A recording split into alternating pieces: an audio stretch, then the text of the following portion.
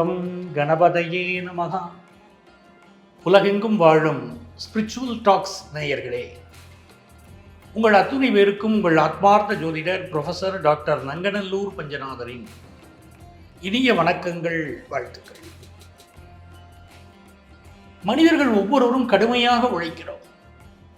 கடுமையாக உழைத்தும் பல நேரங்களில் நம்ம சம்பாதிக்கக்கூடிய பணங்கள் கையில் நிற்பதில்லை.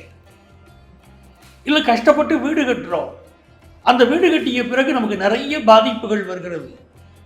யாரால் இந்த பாதிப்பு வருது அப்படின்னு பார்த்தா, எதனால் பாதிப்புனா கண் திருஷ்டி. நம்ம வாழற வாழ்க்கையை வச்சு எதிர்த்து வீட்டுக்காரங்களால் கண் திருஷ்டி இருக்குமோ, யாரால கண் திருஷ்டி இருக்குமோ அப்படின்னு மனசு பயப்படுது. ஏன்னா திடீர் உடல்நல குறைவுகள் ஏற்படுது. உனக்கு என்னப்பா நீ நல்லா இருக்க அப்படின்னு யாராவது சொல்லிட்டு போயிட்டா பிறகு உடல்நல பாதிப்புகள் வருது. நல்ல வருமானம் வந்துருச்சுன்னா யாராவது உனக்கு பரவாயில்லப்பா நல்ல காசு வருது, நீ வசதியானவன் அப்படின்னு சொல்லிட்டு போன பிறகு அடுக்கடுக்காக குடும்பம் சரிவை சந்திக்கிறது. நல்ல பிஸ்னஸ் பண்ணிட்டு இருக்கக்கூடிய பலருக்கு திடீரென வீழ்ச்சி வருகிறது. சில குடும்பங்களில் கல்யாண தடைகள் கடுமையாக இருக்கு. இப்படியெல்லாம் தடைகள் இருப்பதற்கு கண் திருஷ்டி காரணம். நாங்கள் என்ன சார் பண்ணுறது அப்படின்னு பல பேர் கேட்குறீங்க.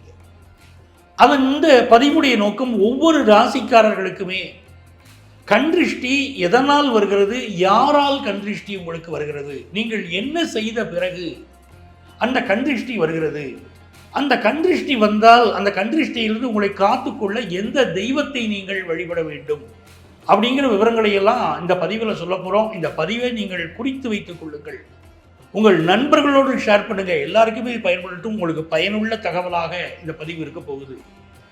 இந்த பதிவுடைய இறுதியில் பொதுவான கண் திருஷ்டி பரிகாரங்களை பற்றியும் நான் பேச போகிறேன். ஆக ராசி ரீதியாக உங்களுக்கு வரக்கூடிய இந்த கண் திருஷ்டி ஒவ்வொரு ராசிக்காரர்களுக்கும் எப்படி படுத்துகிறது, எப்படி அதிலிருந்து தப்பிக்கலாம் என்ற வழிமுறையை சொல்லித் தருகிறேன். வாருங்கள், பகிர்ந்து கொள்வோம்.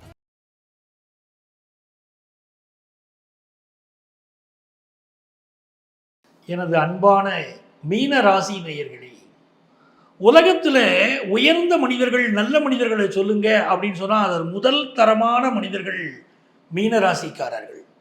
ஜோதிட சாஸ்திரத்தில் ஒரு பழமொழி, மீனராசிக்காரர்கள் நட்பை கைவிடக்கூடாது அப்படின்னு ஒரு பழமொழி. எப்பாடுபட்டாலும் மீனராசிக்காரனோட ஃப்ரெண்ட்ஷிப் வச்சுக்கோங்க, அந்த மாதிரி நல்ல மனிதர்கள் கிடைக்க மாட்டாங்க அப்படின்னு ஜோதிடமே சொல்கிறது. அப்படிப்பட்ட மீனராசிக்காரர்கள் வாழ்க்கையில் கண் திருஷ்டியினால் மிக கலங்கி போனவர்கள், என்னிடம் வந்து கண்ணீர் விட்டு அழுதவர்கள் பல பேர். எங்களுக்கு ஏன் சார் சோதனை, நாங்கள் நல்லது தானே சார் நினைச்சோம், எங்களுக்கு ஏன் சோதனை அப்படின்னு மனக்கலக்கத்தோடு இருக்கக்கூடியவர்கள் பல பேர். அந்த கண் திருஷ்டியினால் வாழ்க்கையில் விழுந்து கிடந்தவர்கள் பல பேர். எதனால கண் திருஷ்டி வருது? மீனராசிக்காரங்களுக்கு நல்ல காசு பணம் வருது வச்சுக்கோங்க. அப்போ இவர்கள் வாழ்க்கையில் உயர்ந்து வராங்கன்னா, உயர ஆரம்பித்த பிறகு திருஷ்டி வந்து விழுது. நல்ல காசு பணம் இருக்கிறத கூட வெளியே காட்டிக்கிடாம தான் இவங்க வாழ வேண்டியிருக்கு. நல்ல காசு பணம் வருதுன்னு யார்ட்டையுமே சொல்லக்கூடாது. இவங்க சொல்லிட்டாங்கன்னா திருஷ்டி வருகிறது, மிக கடுமையான திருஷ்டி வருகிறது. இவர்களுடைய பேச்சு இருக்கு பாருங்க, 2ஆம் இடத்தின் அதிபதியான செவ்வாய் பகவான் 5ஆம் இடத்துல நீச்சம். பேசுகிற போது ஒரு பொழுது கூட தன்னுடைய பிள்ளைகளுடைய பெருமையை பேசக்கூடாது. மீனராசிக்காரங்க, என் பையனுக்கு நல்ல வேலை கிடைச்சிருச்சுன்னு சொல்லுங்க, உங்கள் குடும்பத்தில் ஒரு பாதிப்பு வரும். சில நேரம் உயிரிழப்பு கூட உங்கள் குடும்பத்தில் ஏற்பட்டு போகுது. அந்த மாதிரி சோதனை வருது. குடும்ப உறுப்பினர் யாருக்காவது பாதிப்பு வருது.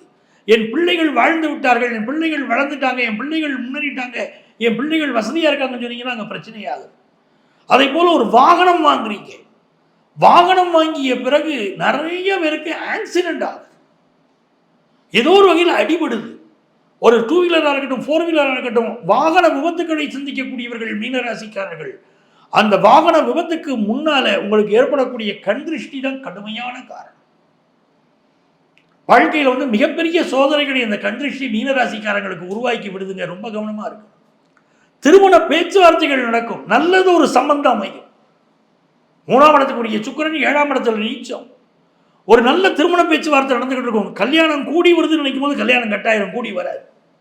என்னங்க இடம் ஃபிக்ஸ் ஆச்சுங்க, நாங்கள் கை நினைக்கல, அவ்வளோதாங்க, எல்லாமே கூடி வந்துருச்சுங்க. ஆனால் பொண்ணு வீட்டிலேயும் பதில் சொல்ல மாட்டேங்கிறாங்க, பையன் வீட்டிலேயும் பதில் சொல்ல மாட்டேங்கிறாங்க, கல்யாணம் வேணாங்கிறாங்க அப்படிங்கிறாங்க. நிறைய பேர் காதலில் தோல்வி அடைகிறார்கள். நண்பர்களுடைய கண் திருஷ்டி, இவங்களோட அழகான அந்த பொண்ணு கிடைச்சிட்டா, அந்த பையன் நல்ல பையன் கிடைச்சிட்டான் அப்படிங்கிற திருஷ்டி, காதலில் தோல்வி விழுகிறது பல மீனராசிக்காரர்களுக்கு. அதே போல பாருங்க, கல்யாணம் பந்தல் வரைக்கும் வந்து, கல்யாண பந்தல் வரைக்கும் கல்யாணம் நெருங்கி வந்து கல்யாணம் தடைப்பட்டு போனவங்க பல பேர் மீனராசியில் இருப்பீங்க, இருக்காங்க. என்னுடைய கிளைண்ட்ஸ் பல பேர் நான் பார்க்கிறேன். திருஷ்டி கவனமா இருங்க, கவனமா இருங்கன்னு நம்ம சொல்லியிருப்போம். சாதாரணமாக எடுத்துக்கிட்டு போயிருப்பாங்க. திருஷ்டியினால திருமணம் தடைப்பட்டவர்கள் பல பேர். அப்படி கடுமையான சோதனைகள். ஏன்? ஒரு சொந்த வீடு கட்டி பாருங்க, ஒரு சொந்த வீடு கட்டி பாருங்க. கட்டி பார்த்த பிறகு உங்களுக்கு எவ்வளவு திருஷ்டி இருக்கும். நெருங்கிய நண்பர்கள் உங்களோடு பகையாக மாறுவார்கள், உங்களுடைய உறவினர்கள் பகையாக மாறுவார்கள், அக்கம் பக்கத்து வீட்டில் இருக்கக்கூடியவங்க கூட உங்க மேல பொறாமையோடு மாறுவார்கள். 4ஆம் இடத்துக்குரிய புதன் ராசியில் நீச்சம் அடைகிறாரு. பல பேர் சொந்த வீடு கட்டிய பிறகு குடும்பத்தில் யாருக்காவது தேக ஆரோக்கியத்தில் ஹெல்த் ப்ராப்ளம் வரதை நீங்க பார்த்துருப்பீங்க. சொந்த வீடு கட்டிய பிறகு, ஒரு ஃப்ளாட் வாங்கிய பிறகு, இப்படி சொந்த மனை, சொந்த காலிமனை, ஒரு ஃப்ளாட் வாங்கி குடியேறி போறீங்க, ஹெல்த் இஷ்யூ வந்துருதுங்க. கடுமையான சோதனை உங்களுக்கு வருது. அதுமாதிரி உங்க வீட்டு பிள்ளைகள் ஃபாரினுக்கு போகட்டும், அவர்களுக்கு வந்து ஒரு சரியான வேலை கிடைக்காம கண்திருஷ்டி, இல்லாட்டா அவர்கள் வாழ்க்கையில் முன்னேற்ற குறைவு, அதனால கண்திருஷ்டி ஏற்படுது. உங்க பிள்ளைகளுக்கு நல்ல வாழ்க்கை கிடைச்சாலே கண்திருஷ்டி, வெளிநாட்டு யோகம் கிடைச்சால் கண்திருஷ்டி. உங்களுக்கு ஹையர் எஜுகேஷன் கிடைச்சிருச்சு, ஒரு சீட் கிடைச்சிருச்சு, நீங்க யாரை நெருங்கிய நண்பர் நினைச்சீங்களோ அந்த நண்பரே உங்கள் மீது கண்திருஷ்டி போடுவார். யாரை நெருங்கிய உறவு நினைச்சீங்களோ அந்த உறவே உங்களுக்கு பகையாக மாறும். உங்களுக்கு ஹையர் எஜுகேஷன் நல்ல ஒரு சீட், ஒரு டாக்டர் சீட் கிடைக்குது, உங்க மேல அப்படியே பொறாமையோடு உறவினர்கள் மாறி போவார்கள். அப்படிப்பட்ட சூழ்நிலை இருக்கு. அதே மாதிரி ஒரு அரசு வேலை கிடைச்சிருச்சு அப்படின்னா, இல்லை ஒரு தனியார் துறையில் கூட உயர் பதவி கிடைச்சிருச்சுன்னா, அந்த குடும்பத்தில் கண்திருஷ்டியினால் பாதிக்கப்பட்டவர்கள் பல பேர் இருக்காங்க. அது ஒரு மின் விபத்து ஏற்படுகிறது, இல்லை வீட்டில் வந்து ஏதாவது நெருப்பு விபத்தோ, இல்லை வேறு ஏதோ பிரச்சனைகளோ, வேலைக்கே உலை வைக்கக்கூடிய அளவுக்கு பிரச்சனைகளோ கூட கண்திருஷ்டியினால் ஏற்படுது. அதை மறுக்க முடியல, அவ்வளவு கவனமாக நீங்கள் இருக்க வேண்டியிருக்கு. இப்படி மிக கடுமையான சோதனைகளை எல்லாம் நீங்கள் சந்திக்கிறீங்க. மீனராசிக்காரர்கள் அடையக்கூடிய சோதனைகள் கொஞ்ச நெஞ்சம் இல்லை. வருமானம் வந்தாலும் பாதிப்பு, பிள்ளைங்க நல்லா இருந்தாலும் பாதிப்பு. கண்திருஷ்டி சூழவே நீங்கள் வாழ்கிறீர்கள், கண்திருஷ்டிக்கு நடுவில் வாழ்ந்துகிட்டு இருக்கீங்க. ரொம்ப கவனமா இருக்க. இந்த கண்திருஷ்டியினாலே பெரிய பாதிப்புகள் உங்களுக்கு வரக்கூடாது அப்படின்னு நினைக்கக்கூடியவர்கள், நீங்க யாரை வழிபட்டா கண்திருஷ்டியை உங்களை அண்டாது அப்படின்னு பார்த்தீங்கன்னா, பிரத்யங்கரா தேவியை வழிபாடு செய்ய வேண்டும். பிரத்யங்கரா தேவியை நீங்கள் செவ்வாய்க்கிழமை அன்று வழிபாடு செய்யணும். செவ்வாய்க்கிழமை அன்று பிரத்யங்கரா தேவிக்கு சிகப்பு நிற ஆடை அணிவிக்கணும், குங்கும அர்ச்சனை செய்யணும். குங்கும அர்ச்சனை செய்ய முடியாவிட்டால் செவ்வரளி பூக்களினால் அர்ச்சனை செய்யணும். அப்படி அர்ச்சனை செய்து செவ்வாய்க்கிழமைகள் வழிபடலாம். அதே போல அமாவாசை தினங்களில் போய் பிரத்யங்கரா தேவியை வழிபட்டாலும், என்ன விதமான கடுமையான தோஷம் இருந்தாலும் உங்களுக்கு விலகும். நல்ல மிளகாய் வத்தல் ஹோமம் பிரத்யங்கரா கோயிலில் செய்வாங்க பாருங்க, அந்த ஹோமத்தில் கலந்துக்கிடணும்.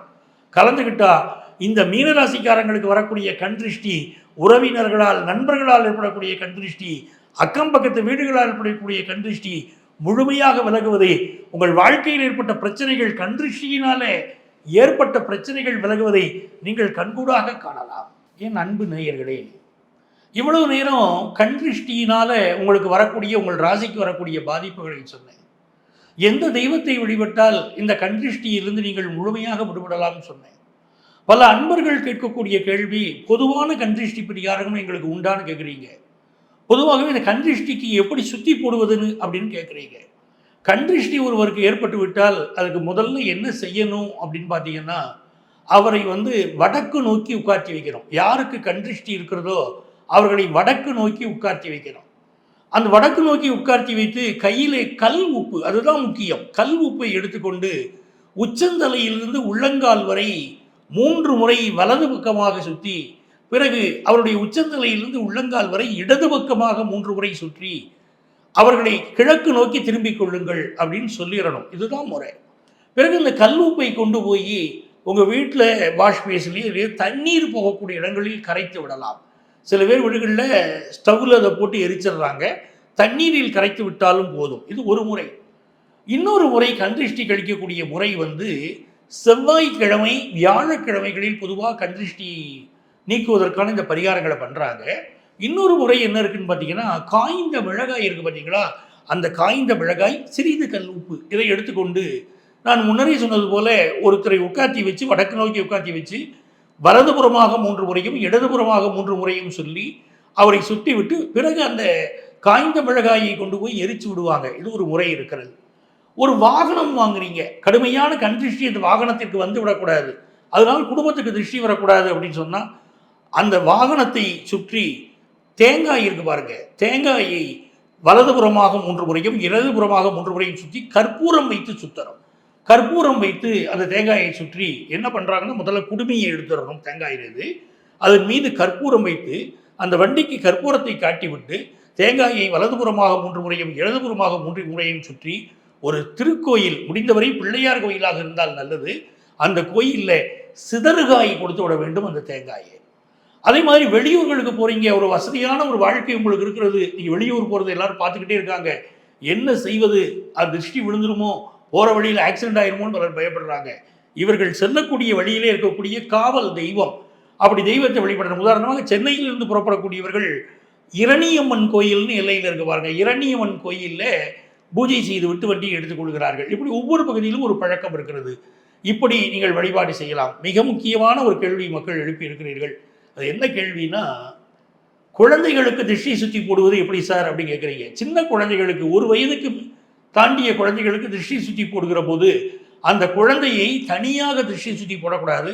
தாயின் மடியில் அந்த குழந்தையை உட்காத்தி வச்சுக்கிட்டு அந்த குழந்தைக்கு இதை போல கிழக்கு, அதாவது வடக்கு நோக்கி அவர்களை உட்கார வைத்து நீங்கள் கல்லுப்பை சுற்றி அந்த திருஷ்டியை வழக்கம் போல கழித்து விட்டு அந்த தாயின் மடியில் உட்காத்தி வைத்து தான் அந்த குழந்தைகளுக்கு பரிகாரம் செய்யணும். தனிப்பட்ட முறையில் சிறு குழந்தைகளுக்கு கல் உப்பு பரிகாரமோ வேறு கந்திருஷ்டி பரிகாரமோ செய்யக்கூடாது.